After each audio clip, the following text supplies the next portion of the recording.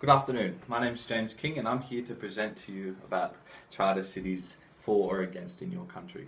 Kenya is a beautiful country. Having been there myself, I can say that the people are spectacular and the landscape is incredible. It is, however, rife with poverty. Near half of Kenya's population sits below the poverty line. So let me explain what a charter city is. A charter city is a new city set up in an unoccupied piece of land with population, material, resources imported from elsewhere. This land would need to be offered by you for free as a point at which this new city is to be developed.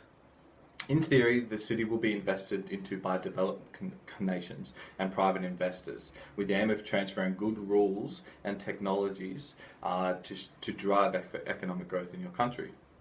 There have been attempts of such cities, primarily instigated by economist Paul Romer, who firmly believes that charter cities are the strategy to alleviate poverty in developing countries through large economic growth in concentrated areas.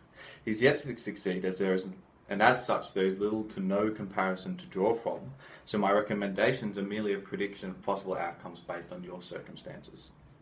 Is Kenya fit to host charter cities in its country? Not currently, and here are the reasons why. Firstly, the establishment of charter cities expect an enormous amount of faith in the ability and commitment of national governments to create charters and enforce them.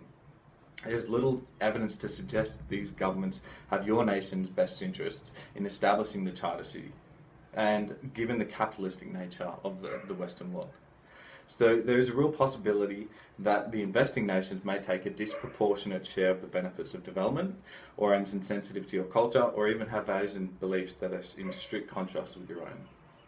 Secondly, it is likely that if the city were to be founded, the skilled human resources would mass migrate to the city out of the mainland of Kenya, creating even worse poverty in the mainland of Kenya, basically where they're stripped of such labour and capital.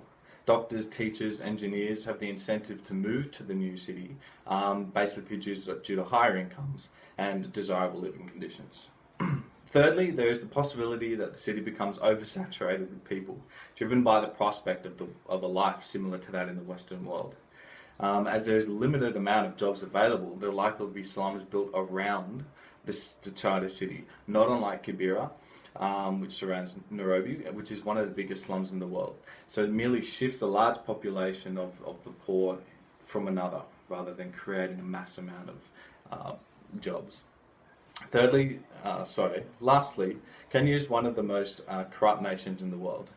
Government revenue is commonly misused, and the poor frequently fails to receive economic benefits that they should be. Until this situation is improved, Kenya is not fit to experiment with a charter city in its country. Thank you.